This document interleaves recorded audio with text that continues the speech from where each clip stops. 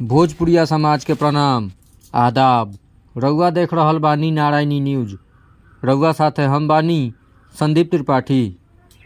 जरना में दारू रखला से मना कइला पर हिम्मतपट्टी गांव के वार्ड 1 निवासी 25 साल के विकेश पासवान के गोली मार दिहल गईल। एह मामला में घायल विकेश के दादी थाना में FIR करवली ह। उ पुलिस के बतौली कि हमर पोता विकेश जरना में दारू रखला से मना कइलस त पड़ोस के ही मोहित कुमार, विनय शाह, राहुल कुमार आ प्रमोद शाह विकेश के बहला फुसला के स्कूल के पीछे बुला लिहलक। 3 लोग ओकर हाथ पकड़लस आ मोहित पिस्टल से मुंह में गोली मार दिहलक।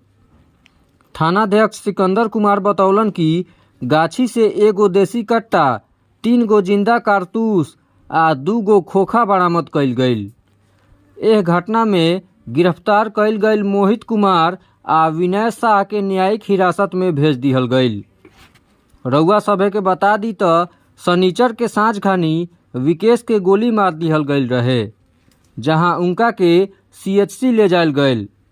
प्राथमिक उपचार के बाद चिकित्सक उनका के SKMCH रेफर कर दिहलन।